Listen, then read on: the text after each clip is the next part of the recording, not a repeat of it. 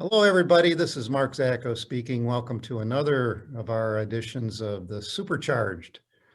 The topic today is going to be a discussion with a special guest that is Mark Leduc. He's at the SAE International office, and I'm going to ask Mark to introduce himself in a moment here, but maybe those people out there, what is the difference of SAE Detroit section and our supercharged version here of the video that we're producing? What's the difference between SAE Detroit section and SAE International? That might be something to talk about, Mark. And then we'll get into WCX, the World Congress Experience, talk about what's coming up there in that exciting digital event, all digital this year, public-private partnerships, connected mobility, and we're also going to talk about this urban mobility series. So,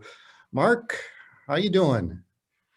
Hey, Mark, how you doing? I'm doing great. And yourself? You doing all right? Yeah, we have a great opportunity here digitally talk to each other. There's only two Marks on the call here, so let's not get too confused about that. But I know we have stories. Known you a long time, and first of all, let me ask you, what's SAE International and what's this WCX all about? The idea of virtual, I get that, but tell us a little more. What's inside the ropes there? Because you're the main guy, right? Pulling that together, right? Well, I'll just say we're in the ducks on a pond portion of WCX, and that's where it really looks calm from here up.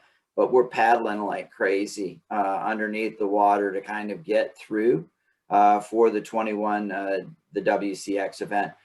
But before I do that, I did want to you brought up an interesting point, and I'm in the Detroit office, and then there is the Detroit section. So people often ask, isn't the Detroit section the same as the Detroit office? And the answer is no.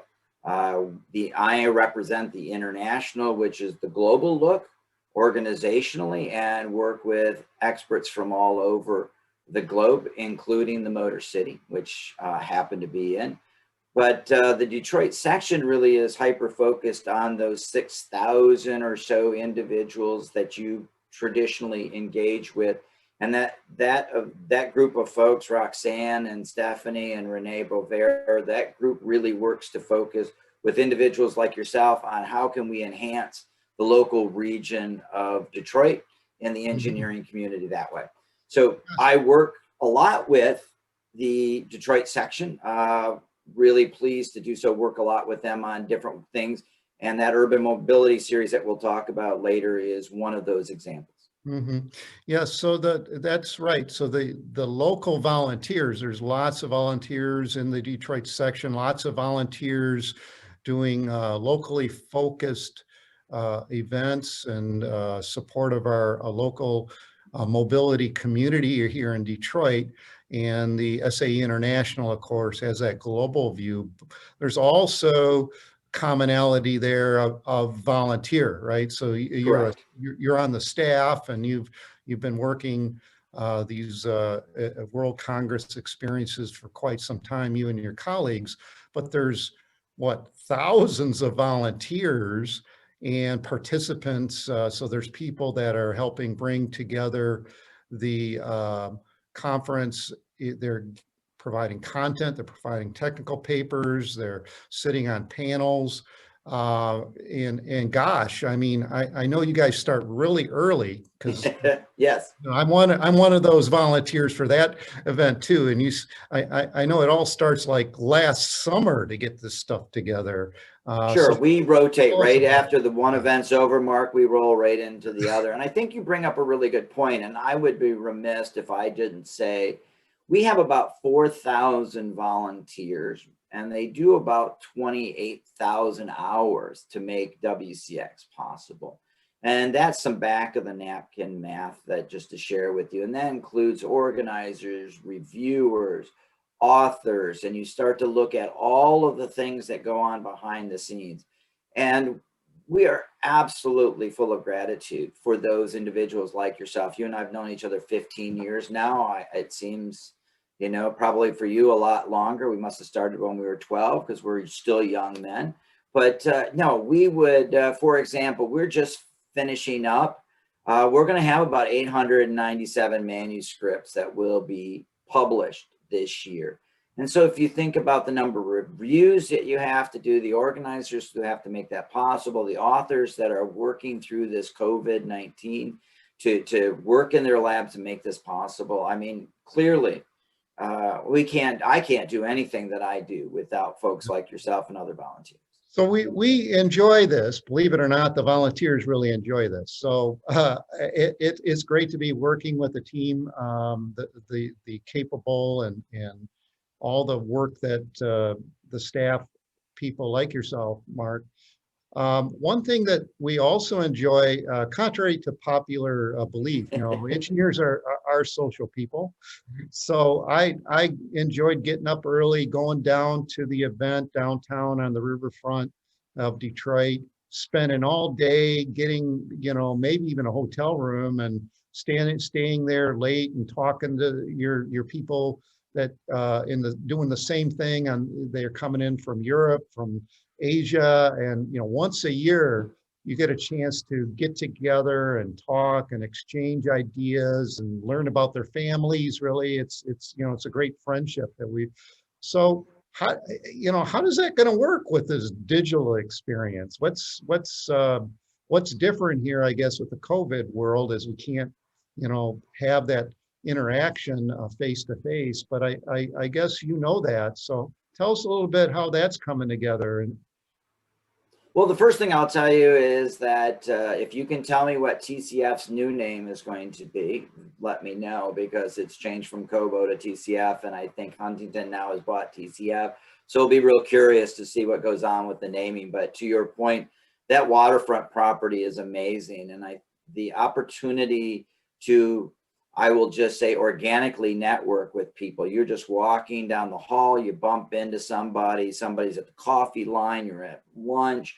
I mean, the neat thing about face-to-face is that even for an introverted or an extroverted engineer, which there are wonderful jokes, as you know, about the difference between the two, is that it really kind of pushes them face-to-face. And one of the biggest challenges is, how do you replicate that digitally? And the answer is you don't. You realize that you can't replicate organic. What you can try to do is create platforms that will allow individuals as best they can to do that. So we have roundtable discussions with subject matter experts that we're going to put on the digital platform. Additionally, we're looking at the idea of, we have each of the live discussions that we're going to do. We have interactive Q&A sessions. So we're really trying to create as best we can the opportunities. I think for what you're talking about is really, what is the challenge to the audience to push themselves beyond, because let's be honest, talking to a little white dot on a laptop to have conversation with somebody isn't organically comfortable. And so I think the challenge for our audience is to kind of push through that and have those conversations to ultimately get to that knowledge set that they need. But I can see some advantage of because as we know, digital offers a on-demand opportunity as well. Sure. That's something we didn't have in the past. You know, you get the guy's email address or exchange business cards face to face, but you couldn't really gain that insight listening to them and, you know, pausing, maybe writing the notes there. So sure.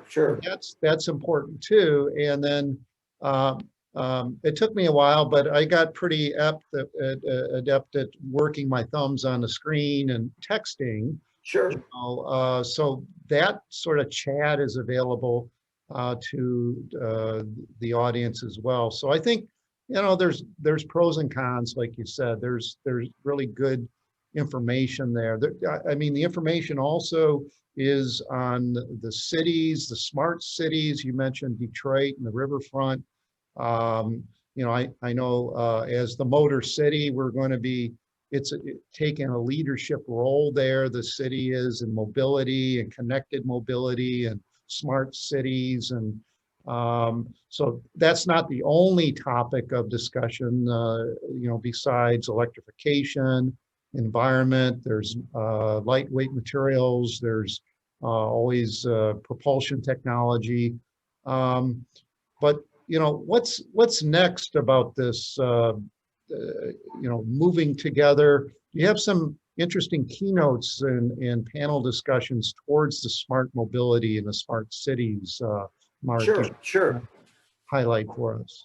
Yeah, and I think that just to step back, because you brought up a lot of great information, Mark, and so I'll just kind of unpackage that a little bit if we can. First of all, the 897 manuscripts, those authors will be invited to give a pre-recorded presentation of their paper, the results of the paper. Mm-hmm. And for the engineer, what that really does is, to the point you're talking about, you can pause, write notes, things that you were never able to do before.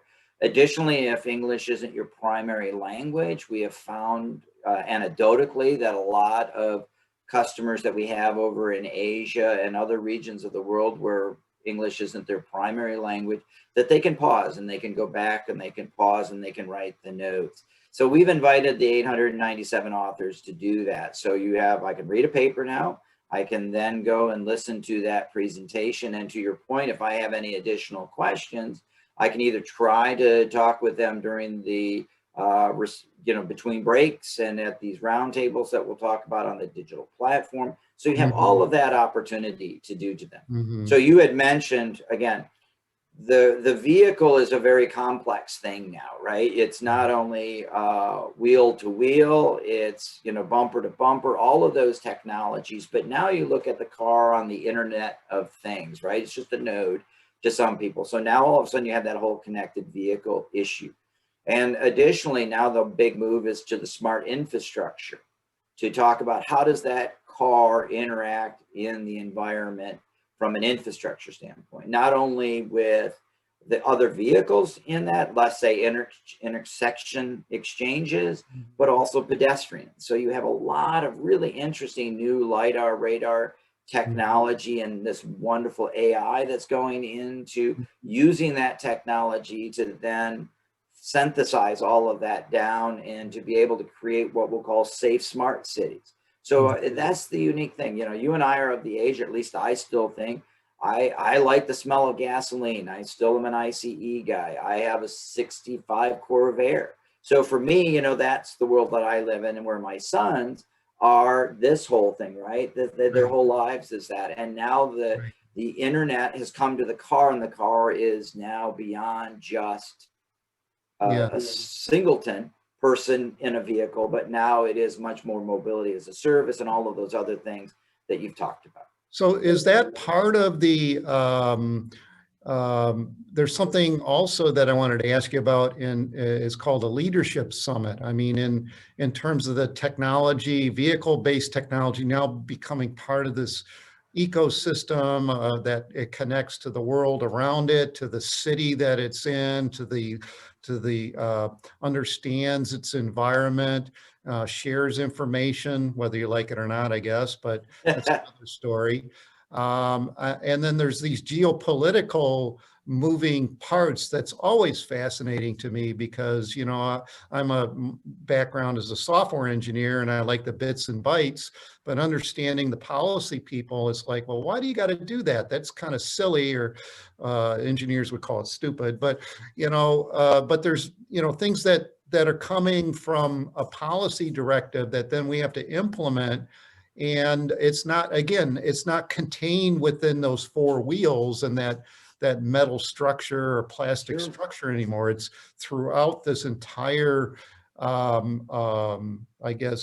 environment. It's a whole new ecosystem. Yeah. You're absolutely right, Mark. And the Leadership Summit is designed to talk about, when I get to people, I like to equate a vehicle and its environment as a three-legged bar stool, right? There's regulation, there's technology, and then there's consumer acceptance. And if any of those are wompy, the bar stool teeters, and if it's too much one, not enough of the other, the bar stool just falls over. So what the Leadership Summit is really designed to do is to talk about the business of technology. We started this many years ago. We used to have the AVL and FEV theaters, and then we moved to creating a more broadened look, to your point, of the vehicle and its environment. So several years ago, we moved that out onto the show floor and started to do some great conversations. This year, we created the Technical Advisory Group, and that's a group of about 20 executives from all over different varieties of technology, trying to share with us their insights on what are critical topics to talk about from the business of technology. Because you're absolutely right. Technology on its own is just a bubble, if you will, pardon the use of that term. But really and truly, it is for what are these professionals, these executives, these CTOs and other development people, executives doing in terms of decisions around how technology, what's the regulation, how do we get consumer acceptance, all of that together. So we talk about that. This year's 8. We have 8 individual discussions. Connectivity is one. We have a new one this year is on manufacturing, but of course we do ADAS. We look at propulsion. We look at architecture as becoming critically important, and we're looking at systems engineering.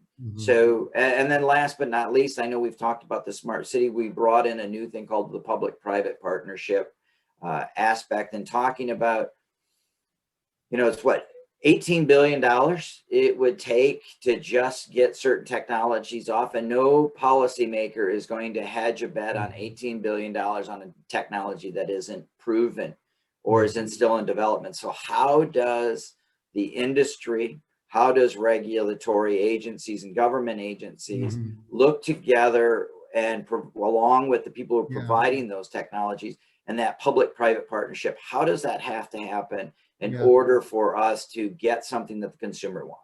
Yeah, so in that area, I made, through WCX and other SAE events, I've made a lot of friends inside of government agencies. Yeah, you can think of them as folks that want to regulate, but they have a lot of interest in working together, engineer to engineer, to create a better world, to create a solution that we can all live with, a mobility solutions. So I've met a lot of really great people at EPA, NHTSA, other agencies, and we share ideas and discussions, again, formally or informally, but I've learned that they really value the other way around as well. They really value the insight, and they take a genuine interest in from our industry, the mobility industry here in Detroit. They take a genuine interest in understanding and learning about technologies, and that helps them as well to craft policy, or at least reasonable expectations. So I laugh, Marcus. It sounds like you've just done an infomercial for our government industry meeting. Actually, it's going to be every year. We do it end of January, first part of February.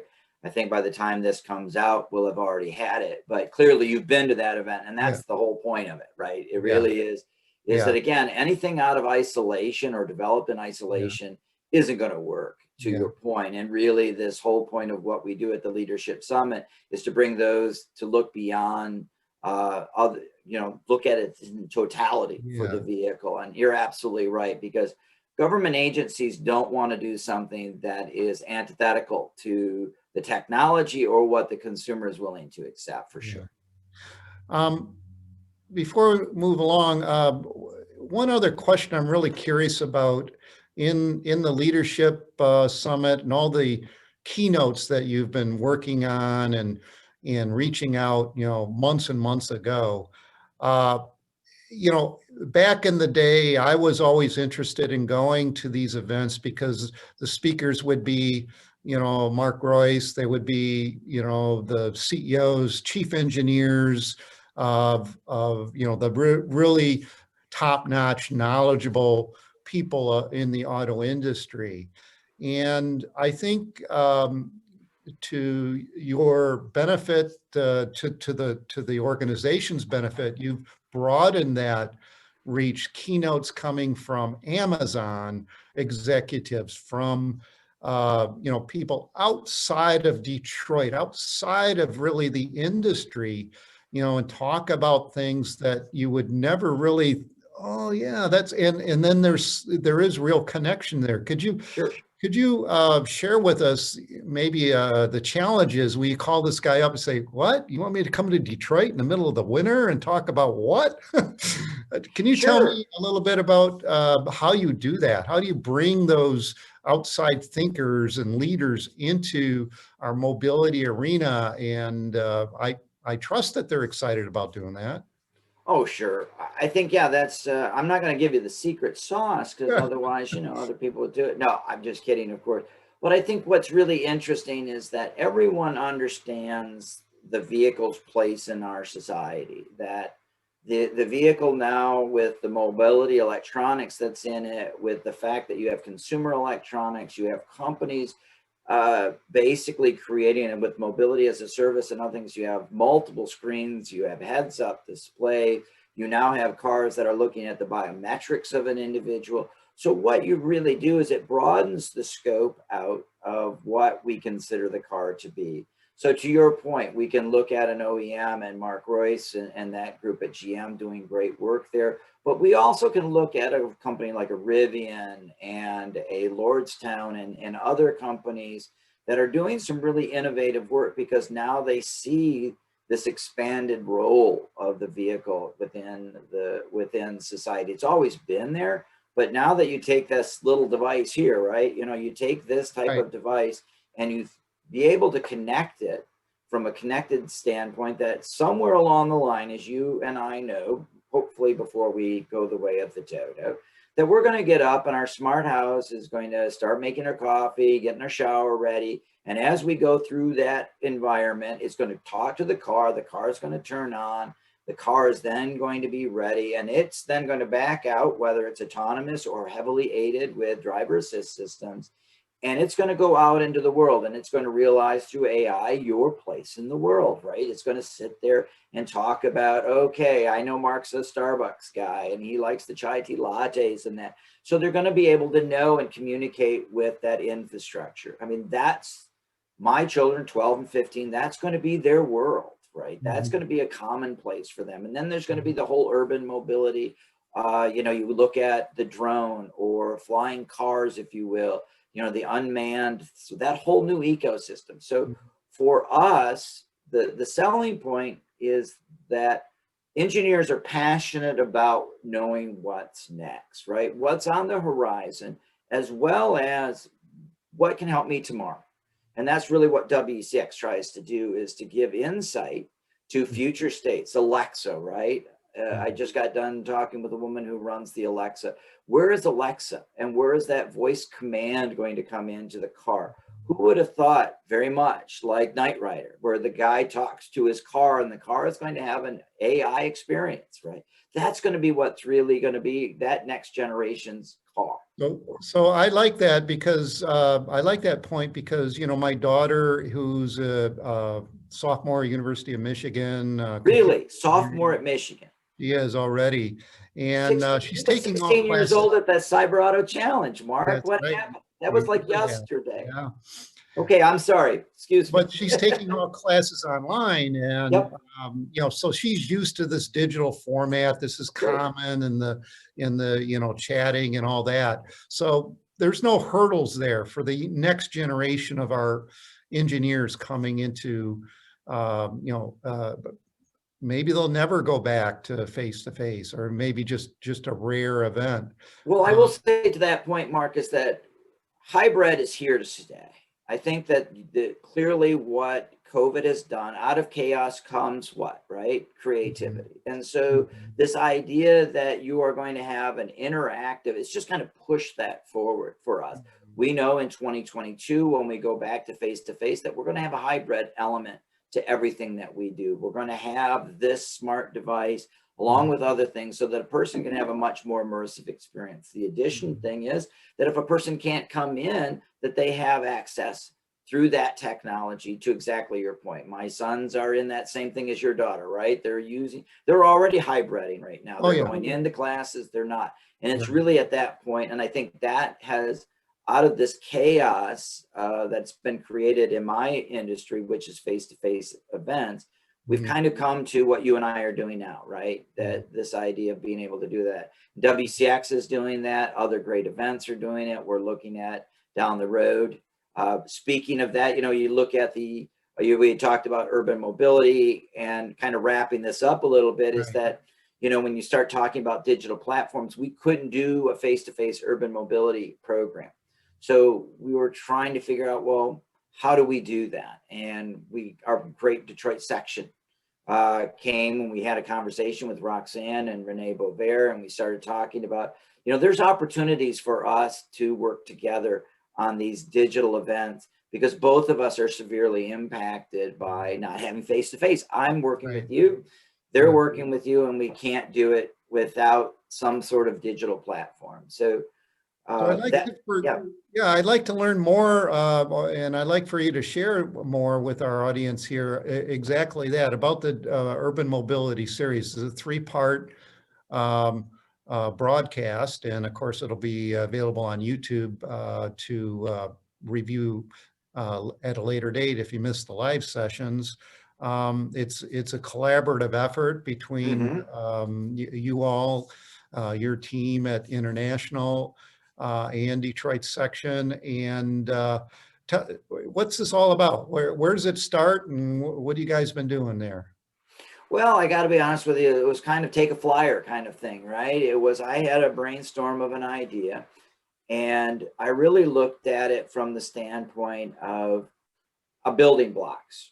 What I mean by that, Mark, is that, I'm here in the Motor City with you, right? We look at smart infrastructure completely different than, let's say, Los Angeles, which looks different than Right. San Francisco, which looks different than San Antonio, and we're hearing all of this stuff going around, and the whole public-private partnership and things like that. And our audience of, largely OEM, tier suppliers, discrete part makers, and all of that, really are not fully baked into understanding what their role in this smart city, smart infrastructure is. And honestly, it's really 2 different sets of languages. When you look at city planners, they're talking about X, Y, and Z, and the automakers and those supply chain are talking A, B, and C. Well, the truth of the matter is they're both talking the same thing. They just come at it from different language sets. So the idea was, Detroit section is the largest section that we have. And clearly, being in Detroit, again, Motor City and all of that, is how is people like Justin and that group over there in Detroit, who's looking at the city plan, and Justin Snowden looking at the city planning of Detroit, and where does the OEM fit into that? And I thought, why not work with the Detroit section? And we came together with this idea. So the first thing is that we talked about in January was, what is the future of mobility? And we brought in OEMs, we brought in experts who really looked at it and said, where are we going to go? How did COVID impact rideshare? How are we looking at it from an infrastructure standpoint? What is that future of mobility, and what are those impacts? Coming up here in February, I think is a really great opportunity. I got 4 city planners and 1 from the state to talk about what it is that they look at, right? How do customer acceptance is key. How does the car fit into this whole mobility as a service? Because it's not just the car, it's a train, it's a tube, it's all of these other things going on. And OEMs are now looking at, through venture capital and others, how is it that they can be scooters? How can they be part of that? Because it's a business opportunity to then connect back to the car as part of a service that a person can use in the city. So we brought in, again, Justin Snowden from the state of Michigan, specifically Detroit. We brought Columbus, that city down south. We brought in some others, it's hard to say that word, Mark, you know that. And we brought in from Phoenix, and then we brought in Utah. And we're going to really have a really interesting conversation, specifically to help educate the other side of that coin, which is the OEM supplier chain community. And then the last part about it is we're going to, in March, talk about how can you do all of this so that it's equitable, right? How do you make a profit and be equitable? And I think that a lot of times those may not necessarily be collaborative, but this is really where it needs to be. If I can make a business that still is equitable, there's a win-win for everybody, because the city is trying to do equitable transportation. The other communities need to build and make money, because that's what we do, right? And how do we have that conversation? Carla Balo is going to host that as a moderator in March. And then ultimately it dovetails back to the public-private partnership that I talked about before, where we have the state of Michigan and suppliers of technology, an OEM, a couple of OEMs. We're going to talk about the I-94 corridor and the work that's going on there. And we're going to actually give examples. So we built up with what is the future? All right, what is it, the language, and what is it going on in the mind of city providers? How do we do it with a profit and equitability? And then lastly, understanding that it's going to take everybody together. And how does that look? And how do you do business? And what are the technologies that are going to help them? Yeah. That's a lot. Yeah, very exciting. Well, we're nearly out of time, but I don't want to leave without talking about next year, because as you said, you're almost done with this year, and you've got that urban mobility session together with Detroit, SA Detroit section.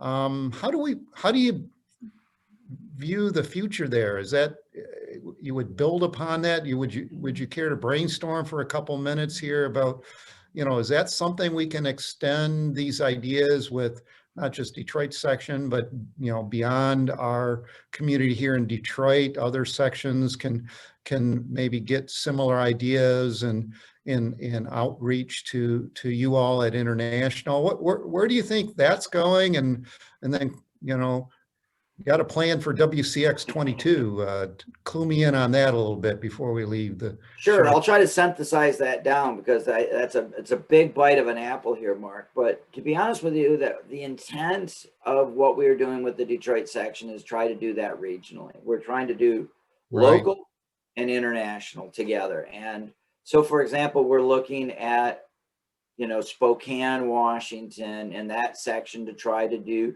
something in the aerospace industry. We're looking at Dallas, Fort Worth, and maybe working with that community on that urban air mobility. So we're looking at the city of Pittsburgh. We can look at something in the city of Pittsburgh along more urban and smart city. Go down to Florida. I would be totally remiss. They're doing some phenomenal work down in there.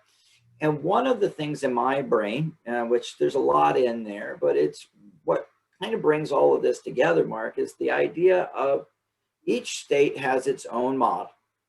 And the question that I ask all the time as the consumer is that if I want to go autonomously from Michigan to Florida, or how am I going to do that?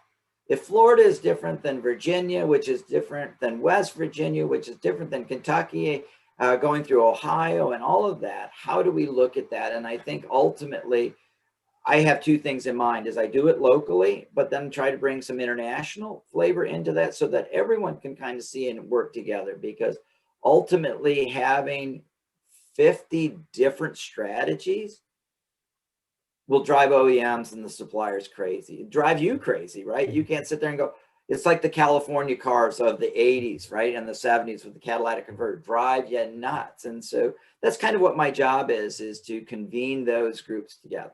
Well, So that's sounds like a lot of fun. Well, that's the local strategy, right? You grow it local to make it international. And then the international part is to bring that all together and say, okay, now we're going to go the opposite direction. We're going to have a host of an event, which we're going to bring everybody in together to have those critical conversations. It's not necessarily the Ohio person is going to listen to the Florida conversation and all over the place. And I don't want to be remiss of Texas and California and all those places that we're doing great work with. So please don't misconstrue that.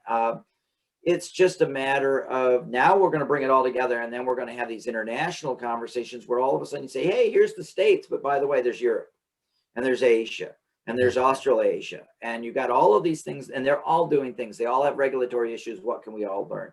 And the answer to your question really quick is it's a bit of a crystal ball. 2022, I am with bated breath and fingers crossed that we'll have the vaccines in place and we'll be able to do face-to-face events in April, and to be able to do it effectively where people can still be safe. Whatever that social distancing policy will be by 2022, we'll find out. Because again, we don't know. I can't tell you what's going to happen tomorrow, let alone down the road. I know that our goal is hybrids in the fall, where you can do face-to-face and a digital version. And then the intent is to flip that switch where it's face-to-face and have a digital component of it for those who maybe can't come in for one reason or another, that they still can participate and be a part of face-to-face event. Yeah, so I think what you're saying is, it's going to be hybrid in some way or fashion. Sure. And I think that's a good thing. Yeah, not going backwards here, disruption in any industry, anything that we do with our world, anything that disrupts us causes change, and hopefully we'll adapt to it and come out better. So I'm looking forward to all of that. And really appreciate your time here today, Mark. It's been a great discussion. Learned a lot. Hope our audience would like to learn some more. If so, you can reach out to the Detroit section at events at SAE Detroit. You'll be able to shoot an email out, or you can connect with us on Facebook, LinkedIn, etc. So, well, I can say one more thing, Mark. I can't thank you enough. I thank you and the organizers and the people who are passionate about paying it forward, looking at how do we solve these problems. I can't do, like I said, 4,000 folks working 28,000 additional hours to what they already do in this complex environment. It's amazing to me, and I just have nothing but gratitude for that, because at the end of the day, right, we're all about zero fatalities, we're about zero crashes, we're trying to reduce emissions in the environment, and those are common goals. And I think that going forward, again, much gratitude to you and the others, and so I appreciate the time to share what I'm doing here.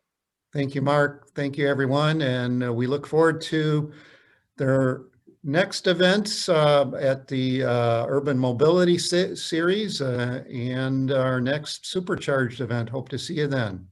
Be well, Mark. Be well, everyone. Thank you.